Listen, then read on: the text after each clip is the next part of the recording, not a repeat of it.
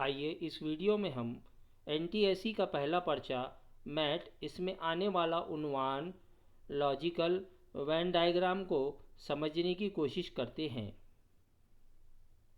Logical Venn diagram, जिसे हम van खाका भी कहते हैं, आइए उसका तस्वुर पहले जान लेते हैं। लॉजिकल वेन डायग्राम पर आने वाले सवालात पर्चे में वर्बल रीजनिंग या वर्बल इंटेलिजेंस के तहत शामिल किए जाते हैं।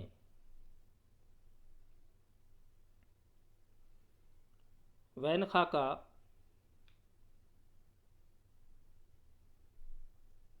किसी भी सेट या अशियाओं का मजमुआ। इसे बंद शक्ल का इस्तेमाल करके, जैसे दायरा, मुसल्लस, मुरब्बा, इलिप्स वगैरह का इस्तेमाल करके जब जाहिर किया जाता है तो ये शक्ल वैन खाका यानी वैन डायग्राम कहलाती है। सवालिया पर्चा मैट में वैन खाके के सवालात इस तरह होते हैं कि सवालात में कुछ मालूमात दी हुई होती है। उन मालूमात का इस्तेमाल करके ताल्लुक़ को जोड़कर हमें सही वैन खाका पहचानना होता है।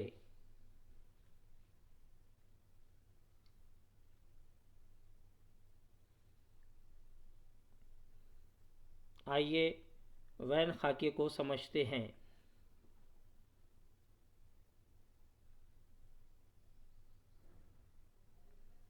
यहाँ बंद शक्ल दायरा इस्तेमाल किया गया है, जिसमें सेट का नाम कैपिटल ए से जाहिर किया गया है। ये सेट ए को जाहिर करता है। यहाँ दो सेट ए बी जाहिर किए गए दो शक्लों से। दोनों ही अलग अलग है, दोनों का आपस में कोई ताल्लुक़ नहीं है। यहाँ दो सेट है ए और बी, दो दायरों से जाहिर किया गया है। दोनों भी दायरे एक दूसरे को ओवरलैप हो रहे हैं। मुश्तरक इलाका रंग भर के ए बी से जाहिर किया गया है, जो ए बी का इंटरसेक्शन कहलाता है, और इसमें ए और बी सेट के मुश्तरक अरकान कॉमन एलिमेंट्स होते हैं। इस शक्ल में सेट बी सेट ए के अंदर पूरी तरह से शामिल है, यानी सेट बी के तमाम अरकान सेट ए में शामिल रहेंगे, और यहाँ सेट बी सेट ए का सबसेट कहलाता है। आइए कुछ आसान मिसालें लेते हैं ताकि हम मैट में आने वाले सवालात को हल कर सके। सबसे पहले ऐसे अल्फाज जिनका आपस में कोई ताल्लुक़ नहीं है, मुख्तलिफ ग्रुप से है। मिसाल के तौर पे डॉक्टर, इंजीनियर, लॉयर्स, तीनों ही पेशे अलग अलग है, इसलिए तीनों को तीन अलग अलग वैन खाकों की मदद से जाहिर किया गया है। ये डिसजॉइंट है, इनका आपस में कोई ताल्लुक़ नहीं है। आइए देखते हैं, अगर पहले का दूसरे से ताल्लुक़ है और दूसरे का तीसरे से ताल्लुक़ है। मिसाल यूनिट 10 100, इकाई, दहाई, सैकड़ा। हमें पता है यूनिट सबसे छोटा इकाई है। यूनिट को मिलाकर 10 बनता है और टेंस को मिलाकर 100 बनता है। इस तरह से इकाई, दहाई, सैकड़ा सबसे बड़ा दायरा 100 का होगा, उसके अंदर 10 शामिल होगा और उसके अंदर यूनिट शामिल होगा। दो अलग अलग आइटम्स है जो तीसरे से ताल्लुक़ रखते हैं। मिसाल के तौर पे टेबल, चेयर, फर्नीचर।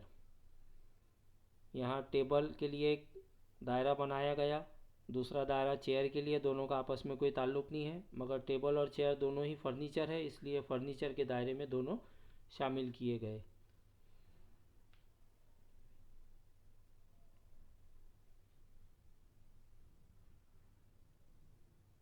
आइए देखते हैं अगली मिसाल। दो आइटम में कुछ ताल्लुक़ है और ये तीसरे से ताल्लुक़ रखते हैं दोनों आइटम। मिसाल के तौर पे फादर, ब्रदर्स, मेल्स। यहाँ मेल्स फादर और ब्रदर्स होंगे, इसलिए फादर्स ब्रदर्स, इनका आपस में ताल्लुक़ होगा, क्योंकि कुछ फादर ब्रदर्स भी हो सकते हैं और कुछ ब्रदर्स फादर्स भी हो सकते हैं। फादर मेल रहेगा डेफिनेटली, ब्रदर्स भी मेल रहेंगे, इसलिए मेल के दायरे में दोनों शामिल है, मगर दोनों का भी इंटरसेक्शन है, दोनों का ही आपस में ताल्लुक़ है।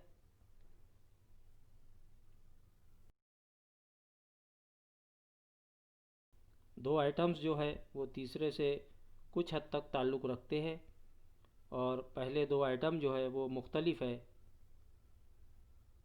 मिसाल के तौर पे डॉग, कैट, पैट्स।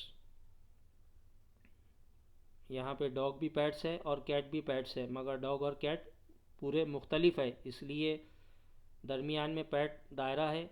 बाएं तरफ डॉग्स है और दाएं तरफ कैट्स का दायरा है। मगर पैट्स और कैट्स, क्योंकि कुछ कैट्स पैट होते हैं, इसलिए पैट के दायरे में नीला दायरा आया हुआ है, और कुछ डॉग्स पैट्स होते हैं, पालतू होते हैं, इसलिए डॉग का भी कुछ दायरा पैट्स के दायरे में शामिल है। आइए देखते हैं अगली मिसाल। 3 एटम्स जो है आपस में ताल्लुक़ रखते हैं कुछ हद तक के, मगर पूरी तरह से नहीं। तीनों का आपस में ताल्लुक़। मिसाल देखते हैं, गर्ल्स, स्टूडेंट्स, एथलेटिक्स।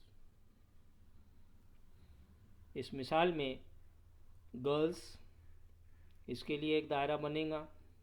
कुछ गर्ल्स स्टूडेंट्स होंगी, इसलिए स्टूडेंट्स का दायरा गर्ल्स के साथ ओवरलैप होगा। उसी तरह से कुछ स्टूडेंट्स एथलेटिक्स रहेंगे, तो स्टूडेंट और एथलेटिक्स का दायरा ओवरलैप होगा, और कुछ गर्ल्स एथलेटिक रहेंगे, इसलिए इसका भी दायरा ओवरलैप रहेगा। इस तरह से तीनों दायरे आपस में जुड़े हुए रहेंगे, ओवरलैपिंग करेंगे।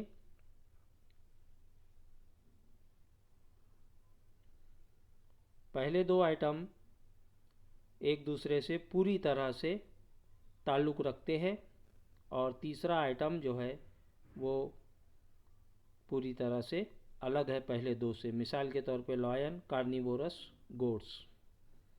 लॉयंस, तमाम लॉयंस कार्निवोरस होते हैं, और गोट, उसके लिए दायरा अलग बनेगा, क्योंकि गोट ना ही लॉयन है और ना ही कार्निवोरस है। इस तरह से यहाँ पहले दो का ताल्लुक़ है और तीसरा पूरी तरह से दोनों से अलग है।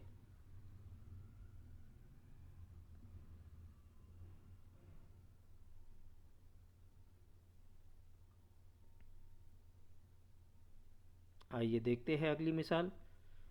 पहला आइटम दूसरे आइटम से ताल्लुक़ रखता है, और तीसरा आइटम जो है वो पहले और दूसरे आइटम से थोड़ा बहुत ताल्लुक़ रखता है। मिसाल डॉग्स, एनिमल्स, कार्निवोरस। यहाँ पे हमने डॉग का पहला दायरा बनाए, क्योंकि तमाम डॉग्स एनिमल्स होते हैं, इसलिए एनिमल के दायरे में शामिल है।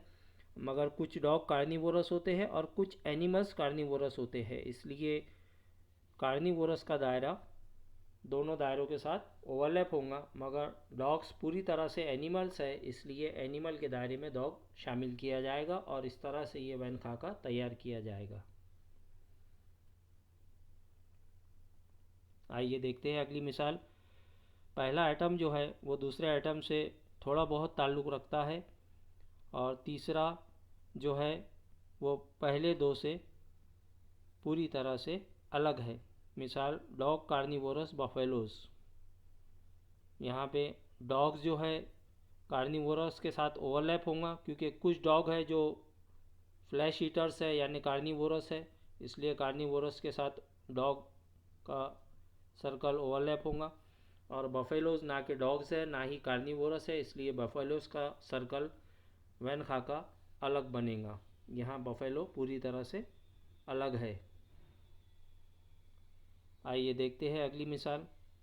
पहला आइटम जो है वो दूसरे से पूरी तरह ताल्लुक़ रखता है, और दूसरा आइटम जो है वो तीसरे से थोड़ा बहुत ताल्लुक़ रखता है। मिसाल के तौर पे मेल्स, फादर्स, चिल्ड्रंस। यहाँ पर मेल्स, तमाम फादर्स मेल्स के दायरे के अंदर आएंगे, और चिल्ड्रंस जो है ये मेल्स रहेंगे, इसलिए मेल के दायरे के साथ ओवरलैप होंगे, फादर के दायरे के साथ ओवरलैप नहीं होंगे।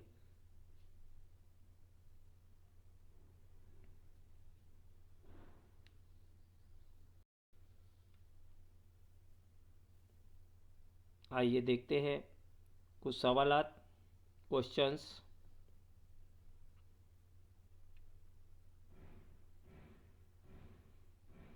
वैन खाका जो है ये दिए हुए 3 अल्फाज 3 क्लासेस दी हुई है, साथ में ऑप्शंस दिए हुए हैं।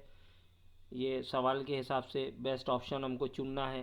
पहला है मर्क्यूरी। मर्क्यूरी प्लेनेट होता है, मार्स भी प्लेनेट होता है, मगर मर्क्यूरी और मार्स दोनों अलग अलग है, इसलिए दो सर्कल जिनका आपस में कोई ताल्लुक नहीं है मगर दोनों प्लेनेट है, इसलिए एक सर्कल में आना चाहिए, इसलिए ऑप्शन ई इसका सही जवाब। आइए देखते हैं दूसरा सवाल।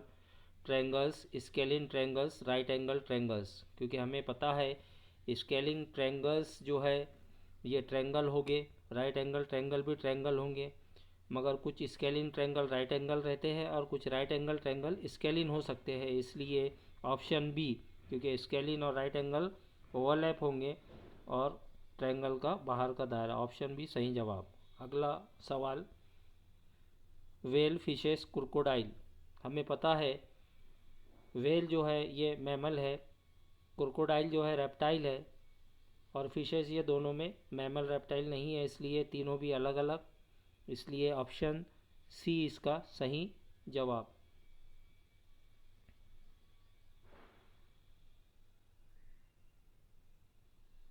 आइए देखते हैं अगला सवाल। Water, atmosphere, hydrogen. वाटर जो है ये एटमॉस्फेयर का हिस्सा है, उसी तरह से हाइड्रोजन भी एटमॉस्फेयर का हिस्सा है, तीनों का ही आपस में पार्शियली कनेक्शन है, इसलिए ऑप्शन डी इसका सही जवाब होगा।